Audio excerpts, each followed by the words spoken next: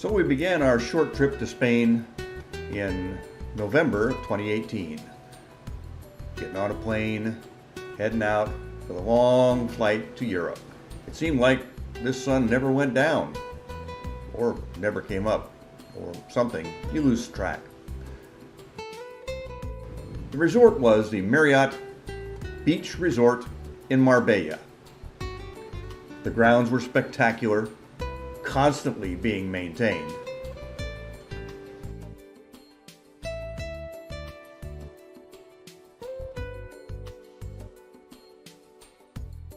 There were a couple of nice pools on the property, actually 5 of them, 3 indoor, 2 outdoor.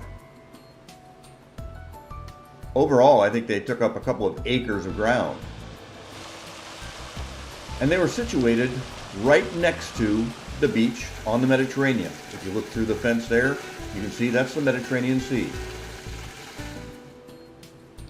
One oil drilling platform off the coast, but otherwise just open ocean.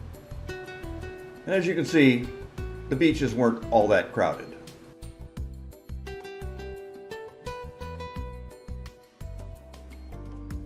Spain is a country divided into 17 regions, which for the United States would kind of be like states. Each of the states are then divided into provinces, which would be kind of like counties for us. The region that we stayed in is called Andalusia, which is the southern region along the Mediterranean Sea.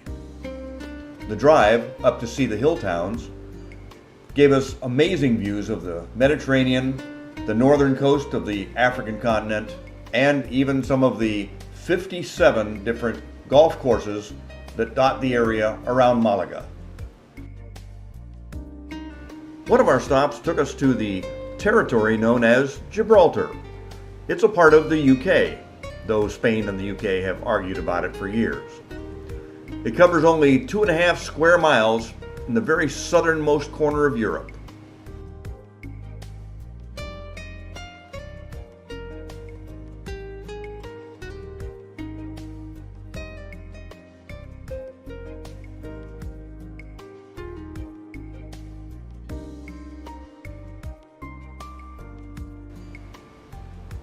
We hopped aboard the cable car and took a trip to the top of the rock.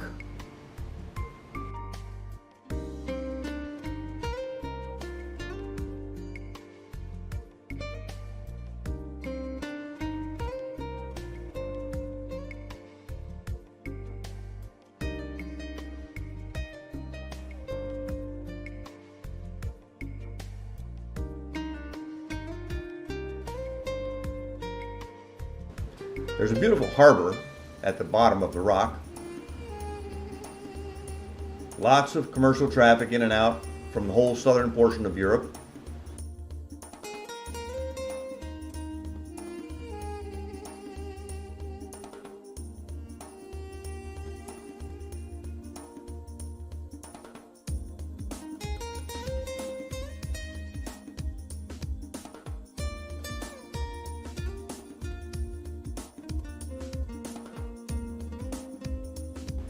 This is part of the Pillars of Hercules, one of the few places on the planet where you can see 2 oceans and 2 continents from one spot. As you look across the strait, you can see North Africa, Morocco, and Ceuta, which is actually part of Spain, butts right up against Morocco. That's it there on the left. To take a look at the size of the cars on the dock, it gives you an idea of how big the boats are. Oh, and there was somebody's submarine parked there as well.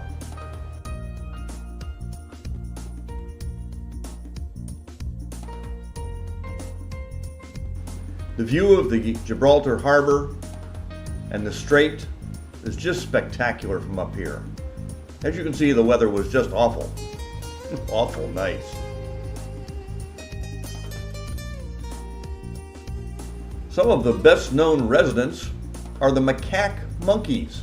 Google claims there are about 160 Barbary macaques in the community. The local residents claim it's closer to 300. The macaques are so used to people that they will come right up to you, and steal anything that you have in your hand or anything that's shiny. If you're holding a bag, they tend to think that must be food, so they're willing to tear it out of your hands and rummage through it. Monkeys get fed by the park.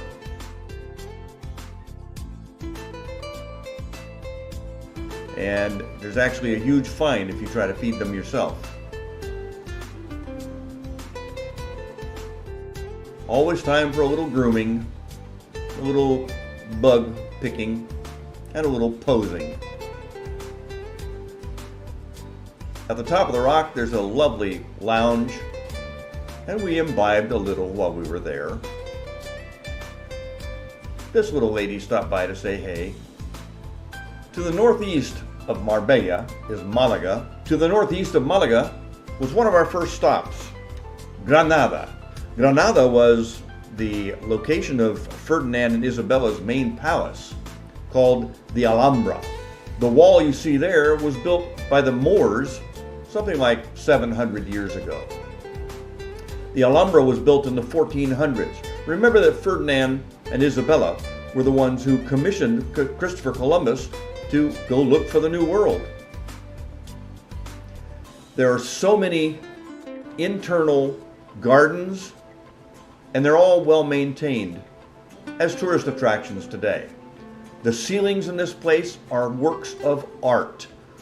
Amazing to think this was done 400 plus years ago, all by hand, by artisans and painters.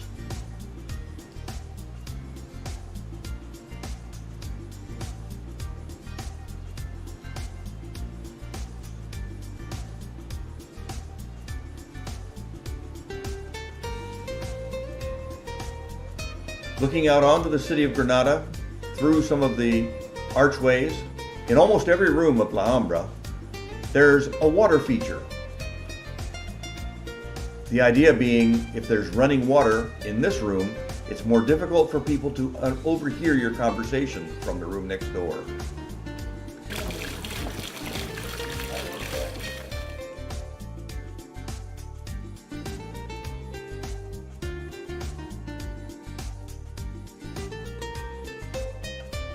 These marble lions were all hand-hewn in 1490s. Ferdinand learned that Isabella had had an affair. He brought her lover's family and her lover to this room, poisoned them, and beheaded each of them. There's still some stains in the marble from the blood. The woodwork, the artistry, absolutely spectacular. The views from the upper portions, just wonderful.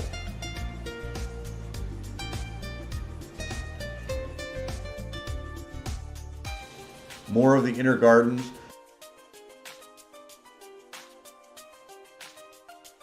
Some of the floors in the gardens are absolutely amazing in that they're all hand-laid rock, one by one, and they'll cover huge areas. The Alhambra was a fortress and a palace.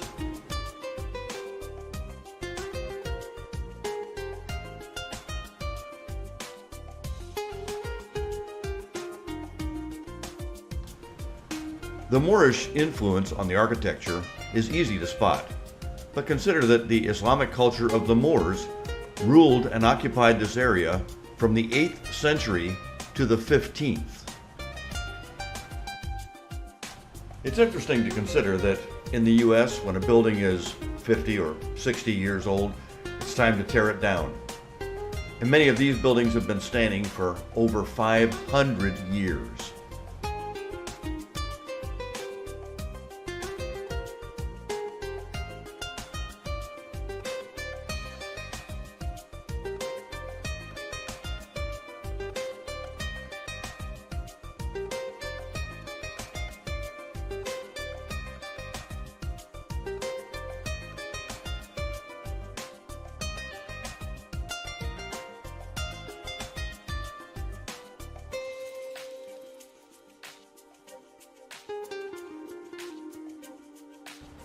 We actually got to fondle the Queen's knockers.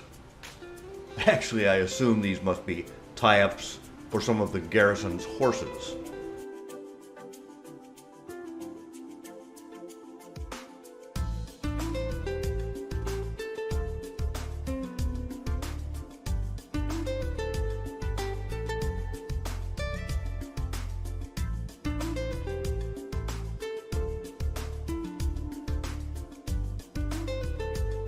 While driving through the Old Town portion of Granada, we had to actually bring the side mirrors in on our little Kia rental car so that they wouldn't scrape the doorways of the houses on either side of some of the streets.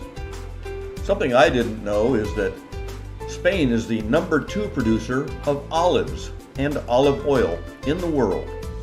As we drove from town to town, there were literally miles and miles and miles of olive groves and orchards. Did you know that green olives and black olives are the same fruit? Black olives are actually ripe. The green olives are the same fruit, but much younger.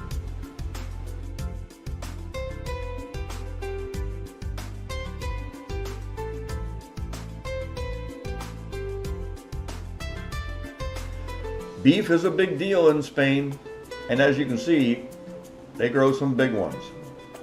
Outside of our hotel in Granada, a gypsy group put on a demonstration of flamenco dancing.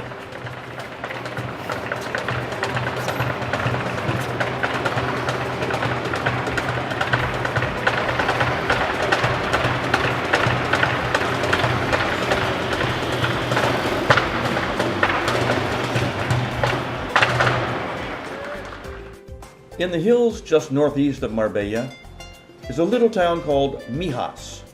It's one of the White Hill towns, so named because all the homes, all the businesses are painted white to help reflect the blazing Mediterranean sun in the summertime.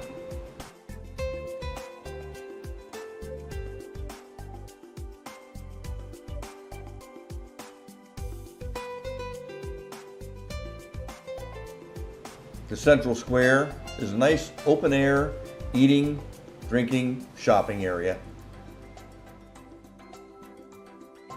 Driving in Spain was actually quite easy. The roads were very well maintained. The signage was a little difficult for us to figure out sometimes.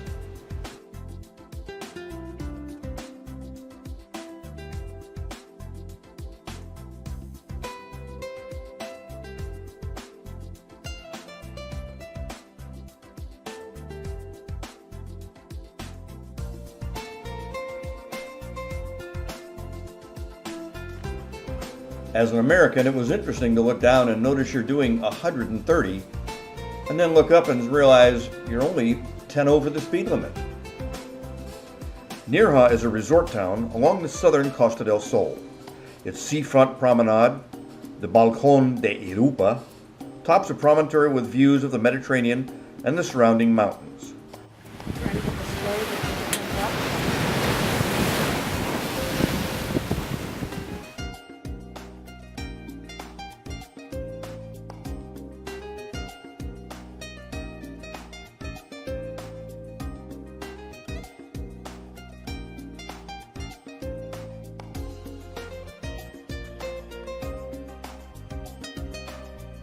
In the mountains to the northwest of Marbella is Ronda, a mountaintop city in the Malaga province set dramatically above a deep gorge.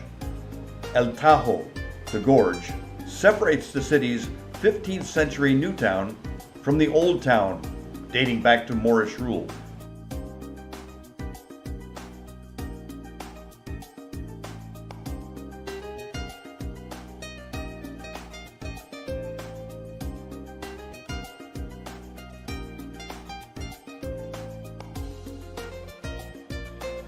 The stone bridge which spans the gorge was built about 1730-something and then fell down, killing 50 people.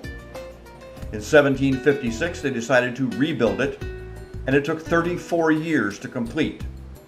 All stone being quarried elsewhere, brought up by mule, and hand stacked.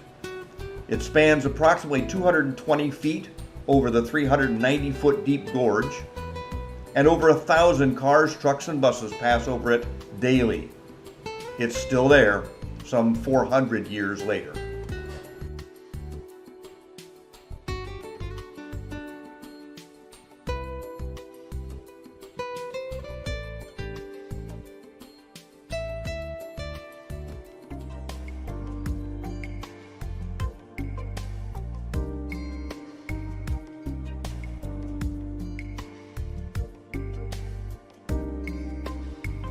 There's a beautiful park perched right at the precipice of the gorge.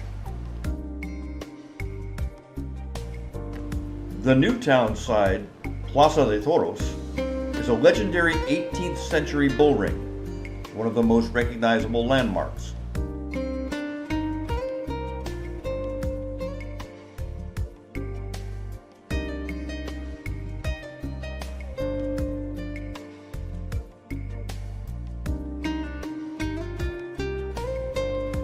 Further northwest is Seville, or Sevilla, the capital of the southern Andalusian region. This is the gold house, where gold was managed in all of the trade that ran along the river.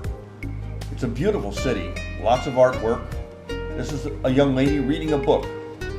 There are fountains everywhere and old Spanish architecture. Of course, this being Christmas time, they had all their decorations out. And what's interesting is that in Spanish households, the Christmas tree is not the center of the attraction. It's the nativity scenes, and the larger, the better. The Fábrica de Tabacos was a cigar factory. It's now part of the University of Seville. Everywhere you go, there's wildlife. Well, maybe not so wild. This cat hasn't missed any meals. The regions are all divided into provinces or counties. There are 50 in all. In Seville in 1992, the 92 Expo was held as a celebration of the 500th anniversary of Columbus's trip to the New World. This is the Portuguese pavilion. The Spanish pavilion was a magnificent edifice, really depicting all of the Spanish architecture and art that went into it. It's used today for outdoor concerts, as well as a major tourist attraction. One thing this area is known for is its tile work and the stories that it tells through its tile displays. For the expo, each of the 50 provinces selected their own tile display to put up at this pavilion.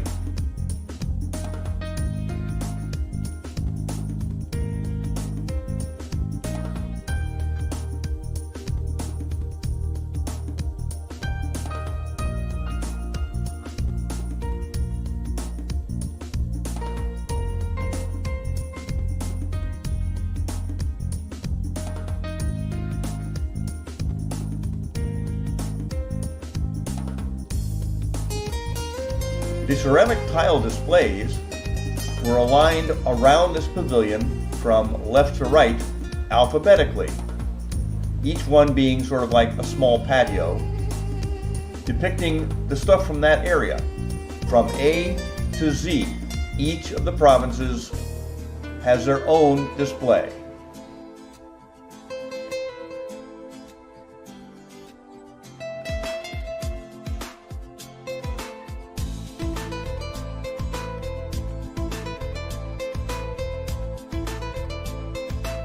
The Seville Cathedral is the third largest Gothic cathedral in the world. It's also the site of Christopher Columbus's tomb.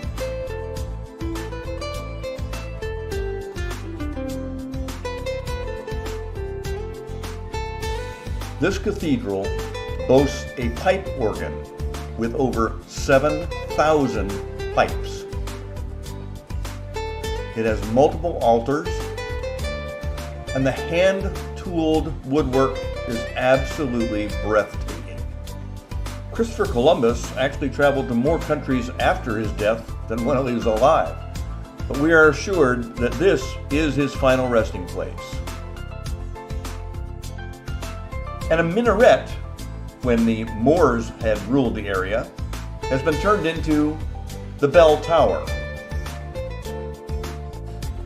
The bell tower requires a climb of 35 of these angled hallways rather than stairs.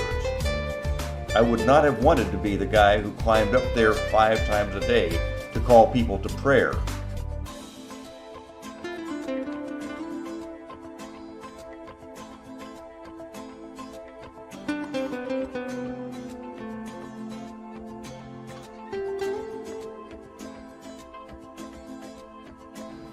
Back at the hotel for the evening, I still find that after 20 plus years of experience in Hawaii, some of the most spectacular sunsets ever are those we saw in the Mediterranean with the sun setting over Gibraltar.